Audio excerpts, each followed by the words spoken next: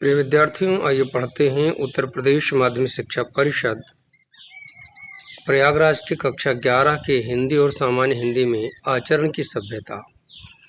इस निबंध का आज का अवतरण, और आज हम अवतरण चुनते हैं चतुर्थ।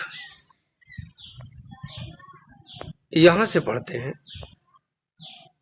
देखिएगा, मौन रूपी व्याख्यान की महत्ता इतनी बलवती होती है।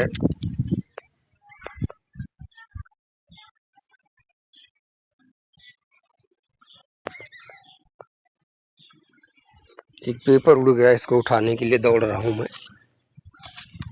जी हाँ, अब फिर वापस आते हैं। एक हाथ में पेपर लिए थे, हवा का झोंका आया और पेपर उड़ गया, तो उसके लिए हमको थोड़ी सी दौड़ लगानी पड़ी। चलिए देखते हैं। मौन रूपी व्याख्यान की महत्ता इतनी बलवती, इतनी अर्थवती और इतनी प्रभाववती होती है कि उसके सामने क्या मातृभाषा, क्या साहित्य भाषा और क्या अन्य देश की भाषा, सब की सब तुच्छ प्रतीत होती हैं। अन्य कोई भाषा दिव्य नहीं है, केवल आचरण की मौन भाषा ही ईश्वरीय है। विचार करके देखो, मौन व्याख्यान किस तरह आपके हृदय की नाड़ी नाड़ी में सुंदरता को पिरो देता है। वह व्याख्यान ही क्या जिसने हृदय की धुन को, मन के लक्ष्य को ही न बदल दिया हो। चंद्रमा की मंद मंद हंसी का, तारागण के कटाक्षपूर्ण प्राकृतिक मौन व्याख्यान का प्रभाव किसी कवि के दिल में घुस कर देखो। सूर्यास्त होने के पश्चात श्री केशव चंद्र सेन और महर्षि देवेंद्र नाथ ठाकुर ने सारी रात एक क्षण की तरह गुजार दी। ये तो कल की बात है। कमल और नरगिस में नयन देखने वाले नेत्रों से पूछो कि मौन व्याख्यान की प्रभुता कितनी दिव्य है। विद्यार्थियों, इस अवतरण में बताया जा रहा है कि जो आचरण का व्याख्यान होता है, आचरण यानी कि एक सभ्य आचरण जो बोलता है वह मौन स्वरूप में बोलता है, अर्थात बोलकर कहने की आवश्यकता नहीं पड़ती, अपने आप उसकी व्याख्या हमारे समझ में आ जाती है। यानी कि सभ्य आचरण यदि हमारे अंदर आ गया तो वो शब्दों से नहीं बोलेगा, वो हमारे कर्म और व्यवहार से स्वतः मालूम हो जाता है। उसका व्याख्यान मौन व्याख्यान होता है, यानी बिना कहे सब कुछ कह देना। वैसे तो कहने के लिए लोग स्वयं को सबसे अच्छा आचारवान मानते हैं, लेकिन जब बिना कहे हम जान जाएं तो सच्चा आचरण उसी में है, जो कुछ बोलता नहीं लेकिन लोग उसका अनुकरण करते हैं। ठीक, आगे बढ़ते हैं। आरंभ से ही व्याख्या की बात करें। मौन रूपी व्याख्यान की महत्ता इतनी बलवती अर्थात इतनी शक्तिशाली होती है, उसमें इतनी शक्ति है, और इतनी अर्थवती अर्थात इतनी प्रभावशाली है, यानी कि इतने अर्थों को समेटे हुए है, और इतनी प्रभाववती अर्थात इतने प्रकाश से संपन्न होती है कि उसके सामने क्या मातृभाषा अर्थात उस मौन रूपी व्याख्यान की जो भाषा होती है, उसके सामने मातृभाषा भी पीछे रह जाती है। मातृभाषा को पीछे क्यों किया गया? क्योंकि हम किसी भी भाषा में बोलेंगे तो बोल कर ही तो बताएंगे, और जब बात मौन होकर के सब कुछ कहने की है तो भाषाओं का यहाँ पे सारा रोल खत्म हो जाता है। शायद समझ पाए होंगे। इसीलिए मौन रूपी जो व्याख्यान है, यानी कि सभ्य आचरण की जो बिना कहे बहुत कुछ कहने की जो मौन भाषा है, उसके आगे मातृभाषा भी तुच्छ भाषा है। क्या साहित्य भाषा, अब इसके बाद साहित्य की अनेक भाषाएं हैं, तो जब मातृभाषा प्रभावशाली नहीं रही तो साहित्य की अंग्रेजी, उर्दू इत्यादि जितनी भी भाषाएं हैं वो कैसे प्रभावशाली हो सकती हैं? अर्थात वो भी, और उसके सामने तुच्छ प्रतीत होती हैं, अर्थात महत्वहीन हो जाती। और क्या अन्य देश की भाषा अर्थात किसी भी देश की भाषा उस मौन रूपी व्याख्यान के एक भी अंश को प्रस्तुत नहीं कर सकती। शायद बात समझे होंगे। जब बिना बोले बहुत कुछ कहना है तो संसार की कोई भी भाषा हो वह उस मौन भाषा की बराबरी नहीं कर सकती, और आचरण की भाषा सदा मौन रहती है। ये लाइन हम लोग पीछे बोले हैं। कह करके अपने आप को अच्छा बताना वैसे ही व्यर्थ होता है जैसे किसी को कुछ नहीं मालूम होता है और फर्जी सर्टिफिकेट लेकर के वो अपने आप को विद्वान प्रमाणित करता है। बात समझिएगा। अन्य कोई भाषा दिव्य नहीं है, हम है अलग से जोड़ रहे हैं।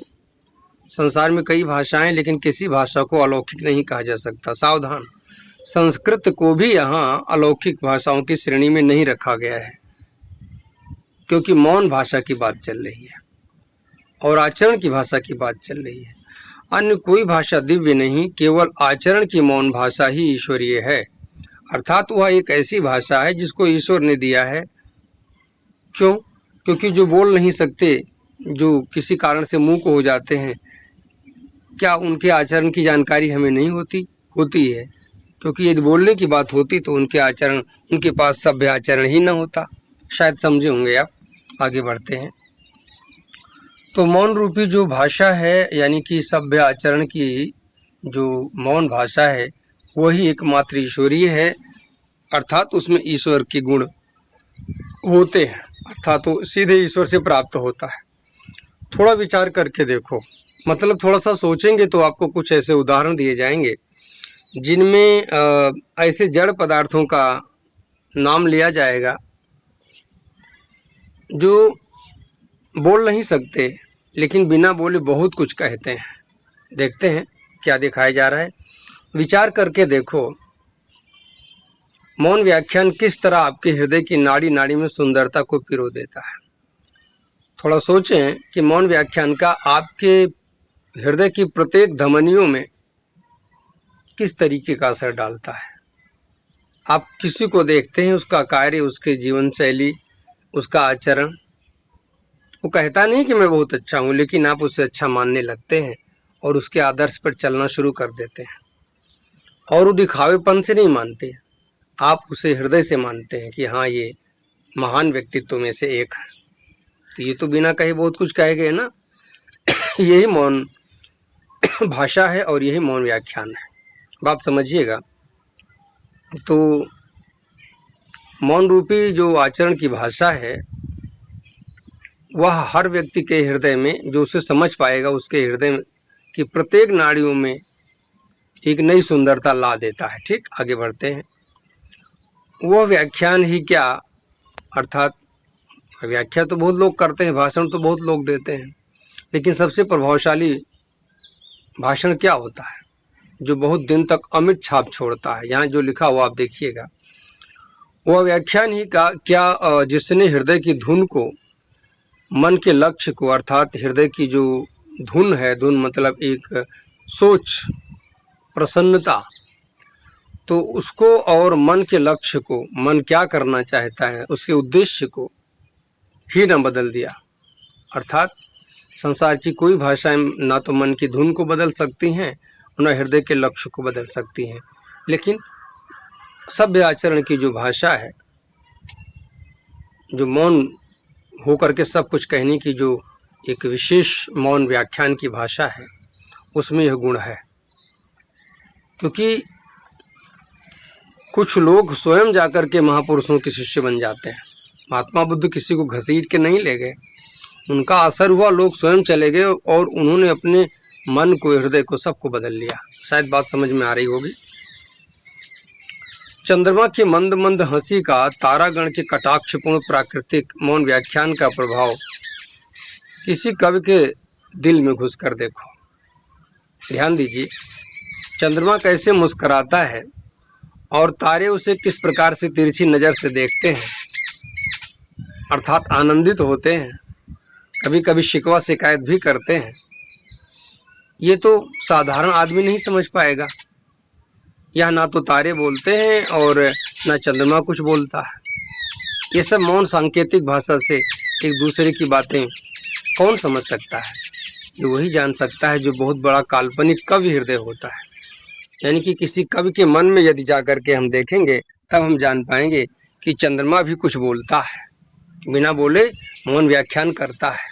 तारे भी बिना बोले मौन व्याख्यान करते हैं, अर्थात अपने मन की बात दूसरे तारों तक और चांद तक पहुंचाते हैं। ये कवि की कल्पना है। लगता तो केवल कल्पना है, लेकिन कल्पना नहीं है, यह एक बहुत बड़ी सोच है।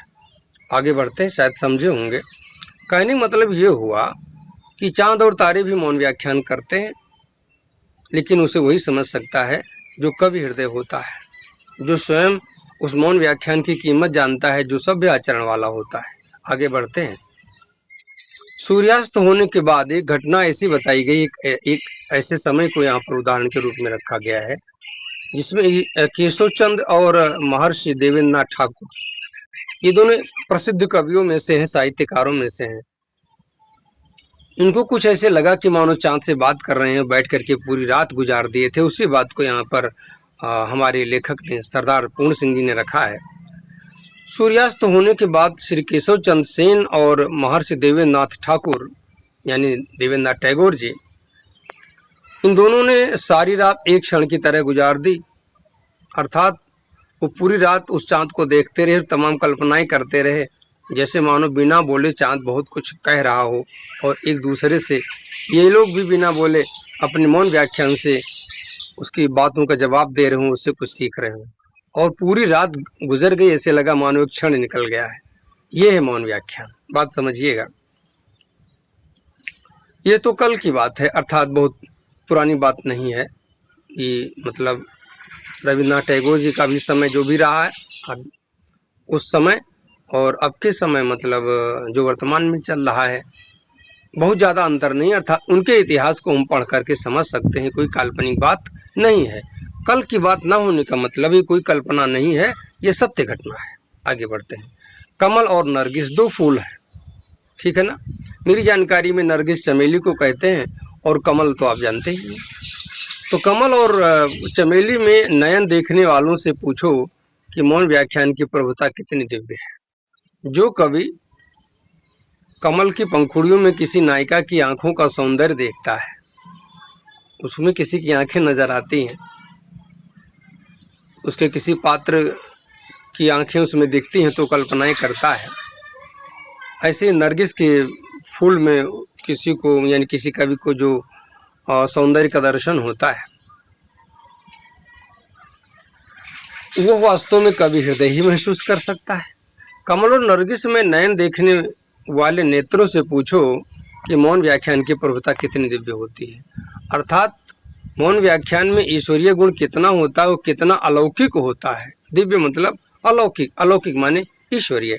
मौन व्याख्यान कितना ईश्वरीय होता है, ये वही जानता है जो कमल में, यानी कि कमल की पंखुड़ियों में नायिका की आंखें देखता है, अर्थात आंखों की कल्पना करता है, या नरगिस के फूल में नायिका की आंखें देखता है या आंखों की कल्पना करता है। अर्थात यहाँ भी मौन व्याख्यान ही प्रभावशाली होता है। ठीक, बात समझ में आई होगी।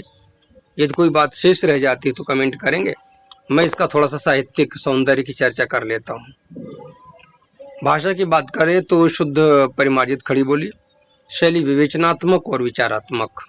गुण की बात करें तो माधुर्य गुण है और शब्द शक्ति व्यंजना है। ठीक, और अलंकार की बात करें तो वही मानवीकरण अलंकार है, और शुभायोक्ति तथा उपमा और उत्प्रेक्षा। गद्य में भी अलंकार होते हैं, ऐसा ना समझिएगा कि नहीं होते हैं। तो छोटा सा एक अंश और लेते हैं। प्रेम की भाषा शब्द रहित है। क्या मतलब? अभी तो आचरण की भाषा की बात चल रही थी, प्रेम की भाषा आ गई। भाई प्रेम भी एक शुद्ध जो प्रेम है, ये हमारे अच्छे आचरण का ही प्रतीक है। आजकल जो समाज में प्रेम दिखता है वो प्रेम नहीं है, वह एक प्रकार से क्या कहें उसको, विलासिता है। जहाँ शारीरिक उपभोग की भावना आ जाती है वहाँ प्रेम मर जाता है। ये दिमाग में बैठा लेना है, बात समझिएगा। तो प्रेम की भाषा भी कैसी होती है? मौन होती है। किसी को हम देखते हैं कुछ नहीं बोलता है, वो हमें देखता है कुछ नहीं बोलता है, लेकिन शायद जो सोच रहा है वो हम जान जाते हैं, हम सोच रहे होते हैं वो जान जाता है। ये कैसी भाषा है? ये भी तो मौन भाषा ही है। आगे बढ़ते हैं, यहाँ थोड़ा सावधान करें, अनुभव करें, लेकिन प्रैक्टिकल का विषय ये नहीं है, ये मैं सुझाव दे रहा हूँ, क्योंकि इसी से आगे बढ़ते बढ़ते प्रेम का विकृत रूप सामने आता है, जिसमें हम विलासिता के चक्कर में फंस जाते हैं। निश्चल प्रेम वो होता है जिसमें दूर रहने पर भी एक दूसरे का महत्व कायम रहे। आगे बढ़ते हैं, प्रेम की भाषा शब्द रहित है, यानी मौन और प्रेम एक दूसरे के प्रतीक है। नेत्रों की, कपोलों की, मस्तक की भाषा भी शब्द रहित है। आंखें भी बोलती हैं और मस्तक भी बोलते हैं और गाल भी बोलते हैं। कुछ समझ रहे हैं? ये सब मौन व्याख्यान के उदाहरण दिए जा रहे हैं। बिना बोले बहुत कुछ कह जाते हैं। अब आप क्योंकि इंटर में हैं, कक्षा 11 में हैं, लगभग समझ सकते हैं। एक क्षण के लिए आपका मित्र कुछ नहीं बोलता है, नाराज रहता है, उसकी आंखों का अंदाज आपको बताता है शायद आज नाराज है, और जरा सी चेहरे पर हंसी आई, मस्तक से लेकर के कपोल तक यानी गाल तक बता देते हैं अब हमारा मित्र प्रसन्न है। शायद समझे होंगे। आगे बढ़ते हैं, तो प्रेम की भाषा भी शब्द रहित है, अर्थात वो भी मौन है। नेत्रों की भाषा, गालों की भाषा, मस्तक की भाषा, सब शब्द रहित है, सब मौन भाषाएं हैं। वैसे ही जैसे सभ्य आचरण की भाषा होती है। जीवन का तत्व भी शब्द से परे है। जीवन का जो मूल तत्व है, जो मूल लक्ष्य है, अर्थात ईश्वर, वो भी शब्द से परे है। कोई शब्द ऐसा नहीं है जो ईश्वर की पूरी व्याख्या कर सके या पूरा लक्षण बता सके। तमाम दर्शन शास्त्रों में अनेक परिभाषाएं ईश्वर की गई हैं, लेकिन अंत में उसे नियति नियति कह दिया गया। अर्थात जो हम लोग समझा रहे हैं ना, शास्त्रों में यानी कि वेदों में कह दिया गया, उपनिषदों में बता दिया गया कि भाई ईश्वर के बारे में हम लोगों ने इतने ढेर सारे ग्रंथ लिख दिए, लेकिन वास्तव में वो कितना व्यापक है, कैसा है, ये कोई नहीं कह सकता। शायद समझे होंगे आप। मतलब ईश्वर भी शब्दों के जाल से आजाद रहने वाला है, अर्थात जीवन का तत्व जो मूल लक्ष्य है, मोक्ष यानी ईश्वर की प्राप्ति, वो भी शब्दों से दूर है, अर्थात वो भी मौन स्वरूप ही है। क्या समझे? ईश्वर भी मौन स्वरूप है। ठीक, यानी कि ईश्वर और आचरण और प्रेम लगभग एक दूसरे के पर्याय के रूप में नजर आ रहे हैं। आगे बढ़ते हैं, सच्चा आचरण प्रभाव, शील यानी कि प्रभाव, असर, शील यानी कि आचरण, ये भी आचरण का ही एक पर्याय है। अचल स्थित संयुक्त आचरण एक अस्थाई आचरण। अचल स्थित का मतलब क्या हुआ? ऐसा आचरण जो डगमगाता नहीं है। जरा सी लोगों की लच्छेदार बातें सुन करके हम फिसलते नहीं, हम तो समझिए हम सही है। कभी स्वार्थ में, कभी लालच में, कभी अनेक कारणों में हम कभी कभी अपने आचरण से डगमगा जाते हैं। तो शायद आप जानते हैं, चरित्र गया तो सब कुछ गया। वापस आइए, तो स्थायी संयुक्त आचरण ना तो साहित्य के लंबे व्याख्यानों से गढ़ा जा सकता है, अर्थात बड़ी बड़ी बातें, बड़े बड़े व्याख्यान से हम सोचें असभ्य आचरण वाले हो जाएंगे, तो शायद सही नहीं सोच रहे हैं। क्यों? तो फिर ये सवाल उठता है कि हम अच्छे अच्छे प्रवचन सुनते हैं, क्या उसका कोई फायदा नहीं है? वो हमें उस मौन की तरफ ले जाने में हमारे सहायक होते हैं, ना कि उसके वो ठेकेदार होते हैं। शायद बात समझे होंगे। ना तो साहित्य के लंबे व्याख्यानों से उन्हें गढ़ा जा सकता है, और ना वेद की श्रुतियों से, वेद में जो मंत्र हैं उन मंत्रों से भी हम उस मौन स्वरूप को पूरे तरीके से व्याख्यायित नहीं कर सकते। ठीक, ना मीठे उपदेश से, ना अंजील से। आप जानते हैं जो बाइबल की लाइनें हैं, अंजील जिनको कहा जाता है, उनसे भी संभव नहीं है। ना कुरान से, कुरान के जो आयतें हैं उनसे भी उसे पूरी तरीके से व्याख्यात नहीं किया जा सकता। हाँ, इन सबसे थोड़ा उसकी तरफ हम जा सकते हैं, अपने आप को सही दिशा में ला सकते हैं, क्योंकि जो भी महापुरुष हुए हैं, जिन कुछ जो भगवत स्वरूप हैं, जिन्हें हम रामकृष्ण, बुद्ध, अल्लाह इत्यादि के नाम से जानते हैं, वो एक माध्यम बने कि हम उनके जैसा आचरण करें, इसलिए उनकी कहानी सुनाई जाती है। ऐसा नहीं कि जो लिखा है बस वही जो रट लिया वो सबसे बड़ा आचारवान हो गया। तमाम ऐसे धर्म गुरु लोग और तमाम ऐसे मौलवी लोग, तमाम ऐसे व्याख्याता लोग अपने आचरण को दुनिया में इस तरीके से कलंकित किए हैं कि नाम लेने में शर्म आएगी।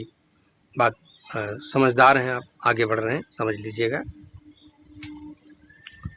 तो कोई धर्म विशेष भी इसे बांध नहीं सकता, इसलिए सारे धर्मों का उल्लेख कर दिया है। ठीक है, आगे बढ़ते हैं। जीवन के अरण्य में अर्थात जो जिंदगी के जंगल में धंस गया है, ऐसे धंसे हुए पुरुष के हृदय पर प्रकृति और मनुष्य के जीवन के मौन व्याख्यानों के यत्न से सुनार के छोटे हथौड़े के मंद मंद चोटों की तरह आचरण का रूप प्रत्यक्ष होता है। क्या मतलब, शायद समझ पा रहे होंगे हिंदी कितनी कठिन हो सकती है।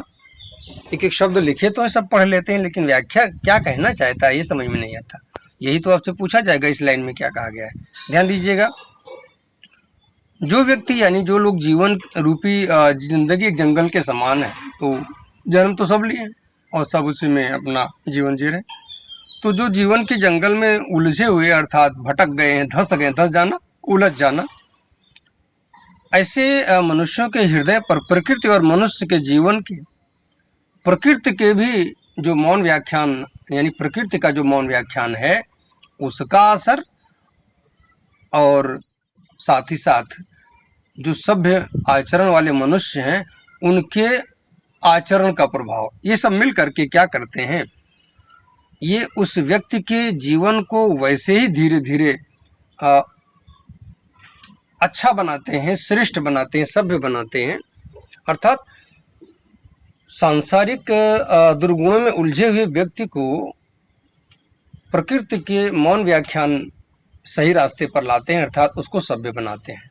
और जो आचारवान लोग हैं वो भी अपनी अच्छी अच्छी बातों से उसको अच्छे रास्ते पर लाते हैं, तब उसका एक नया स्वरूप सामने आता है और तब उसे वो देख पाता है, उसका प्रत्यक्ष कर पाता है। जैसे कोई आभूषण होता है, जो हथौड़े की बात आई है ना, कोई सोना होता है या उसका तार बनाया जाता है सोने इत्यादि को गला करके, फिर धीरे धीरे काट करके सुनार उसे थोड़ा थोड़ा ठोंकता है और ठोक पीट करके फिर उसे सांचे में ढाल करके उसको एक दूसरे जाल से फंसा करके फिर एक आभूषण का रूप देता है। पहले जो दिखने में तार जैसा एक उलझा हुआ तत्व था, अब एक सुंदर आभूषण के रूप में बन जाता है। लेकिन बनता कब है, जब छोटी छोटी ठोकरें खाता है हथौड़ी की, यानी सुनार की छोटी छोटी हथौड़ी की चोट खा करके वह जो पहले केवल एक ठोस धातु या उलझे हुए तार के रूप में था, वो अब सुंदर आभूषण का रूप ले लेता है। ऐसे ही प्रकृति मनुष्य को मौन व्याख्यान से धीरे धीरे सुधारती है और सभ्य बनाती है, श्रेष्ठ बनाती है, और वही आचरण हमारे अंदर होना चाहिए। अब प्रकृति बनाती है और कुछ प्रकृति बनाती है, इसके साथ साथ कुछ ऐसे भी सभ्य आचरण वाले शिक्षक भी हैं, गुरुजी लोग भी हैं, महामानव भी हैं, महापुरुष भी हैं। वे भी मनुष्य को धीरे धीरे उसके दुर्गुणों से दूर करके उसके एक ऐसे नए स्वरूप को लाके सामने रखते हैं और उसको एक नई जिंदगी दे देते हैं, अर्थात उसका जीवन सभ्य हो जाता है और लोग उसे भी सैल्यूट करने लगते हैं। यानी कि उसके आचरण पर अब पुरानी जैसे दुर्गुणों का प्रभाव नहीं रहा, अब उसका आचरण सभ्य हो गया है। ध्यान दें, जब हमारे अंदर एक अच्छे आचरण का आगमन हो गया तो हम ईश्वर स्वरूप हो जाएंगे। क्यों? यानी भगवान के लगभग बराबर खड़े होने लायक हो जाएंगे। क्यों भाई?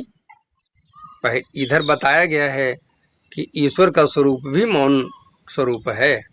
बात समझे ना, जब ईश्वर मौन आचरण में निवास करता है, यदि हमारे अंदर वो सभ्य आचरण आ गया तो क्या हमारे अंदर ईश्वर नहीं आया? हम ईश्वर स्वरूप नहीं हुए? जरूर हुए। थोड़ी टेक्निकल बात है, समझिएगा। जो बात समझ में नहीं आती कमेंट जरूर करें। आज यहीं तक। ज़्यादा पढ़ेंगे तो दिमाग से उड़ जाएगा, क्योंकि ये साधारण लेखक की कलम नहीं है, सरदार पूर्ण सिंह की कलम है। आज यहीं तक।